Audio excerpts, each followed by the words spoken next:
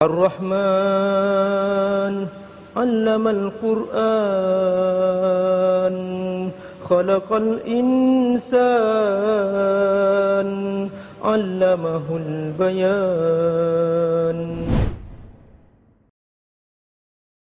Bismillahirrahmanirrahim. Alhamdulillah wassalatu wassalamu ala Rasulillah wa ala alihi wa sahbihi wala. Pak Ustadz, ini dari Pak Fitrah. Kadang ulama yang dibenci ulama lainnya seperti saat ini terjadi, Ustadz. Apakah kita juga harus lihat siapakah ulama yang membenci itu? Ini penting. Kita lihat dua-duanya ya. Jadi kalau ternyata misalnya ada Ustadz Fulan dibenci oleh Ustadz Fulan, nah kita lihat dua-duanya ini.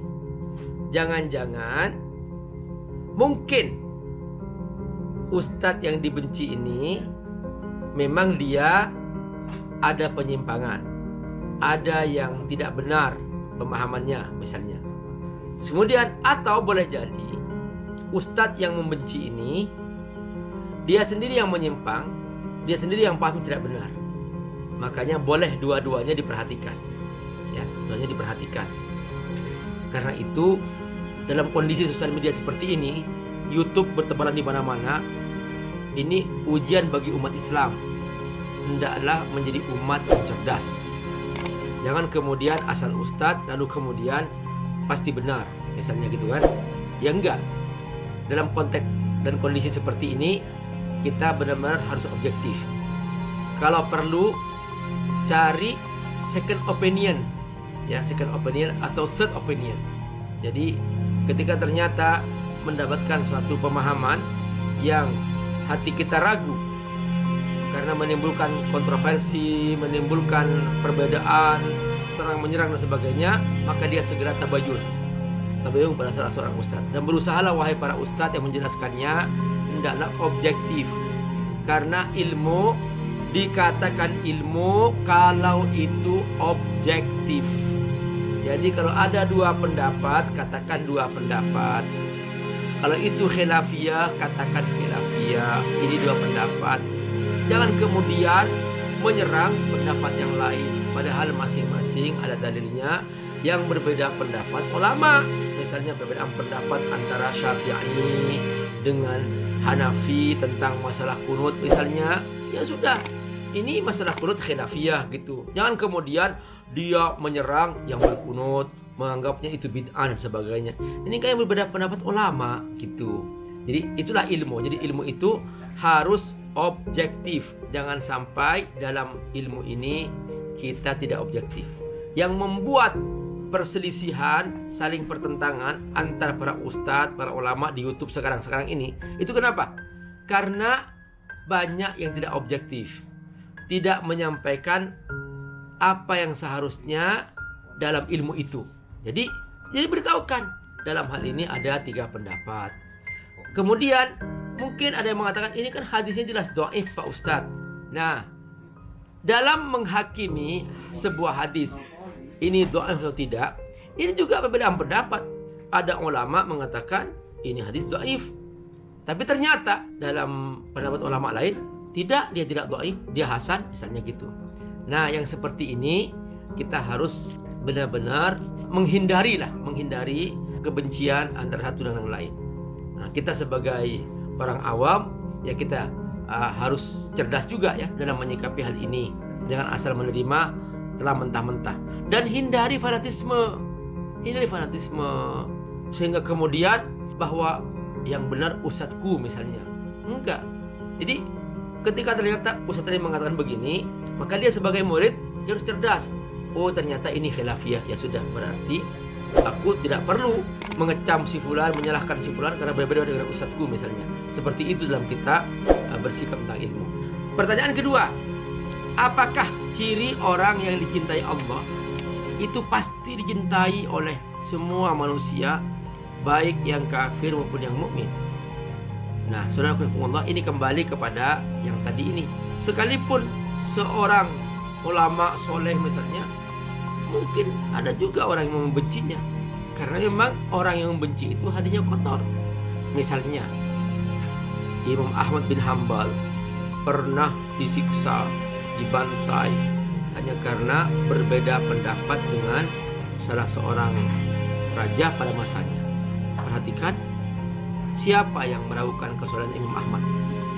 Siapa yang meragukan ilmunya Imam Ahmad? Tapi subhanallah, ujiannya luar biasa. Makanya ada juga orang yang benci kepada orang yang soleh, yang baik, yang dicintai Allah karena kotornya hati orang tersebut. Tapi juga ada orang yang tidak beriman, objektif. Dia karena ini orang soleh, biasanya kesolehan itu dia tidak bisa ditolak oleh siapapun. Saya kasih contoh.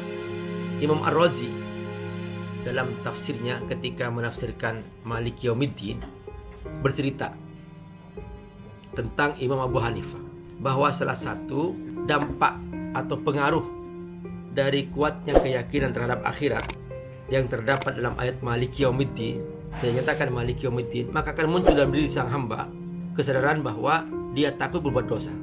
Abu Hanifah saking takutnya berbuat dosa, pernah suatu hari dia sandalnya menginjak kotoran. Oleh Abu Hanifah dibersihin kotorannya dengan ditepis. Ternyata kotorannya terlempar ke sebuah tembok rumah, nempel di situ, sehingga membuat pandangan rumah itu tidak bagus. Begitu Abu Hanifah melihat itu, dia mikir, kalau aku bersihkan kotoran itu akan terkelupas tuh catnya, akhirnya menjadi cacat itu temboknya. Kalau aku biarkan, gak bagus dipandang. Dari sini kemudian apa yang terjadi? Abu Hanifah ngetok pintu. Keluar pemilik rumah. Ternyata yang punya rumah seorang majusi. Majusi ini penyembah api.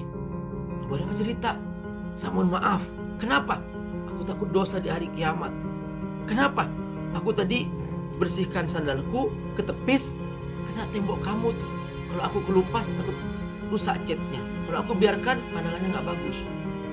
Kata orang ini, wah, hanya sekecil ini kau minta maaf.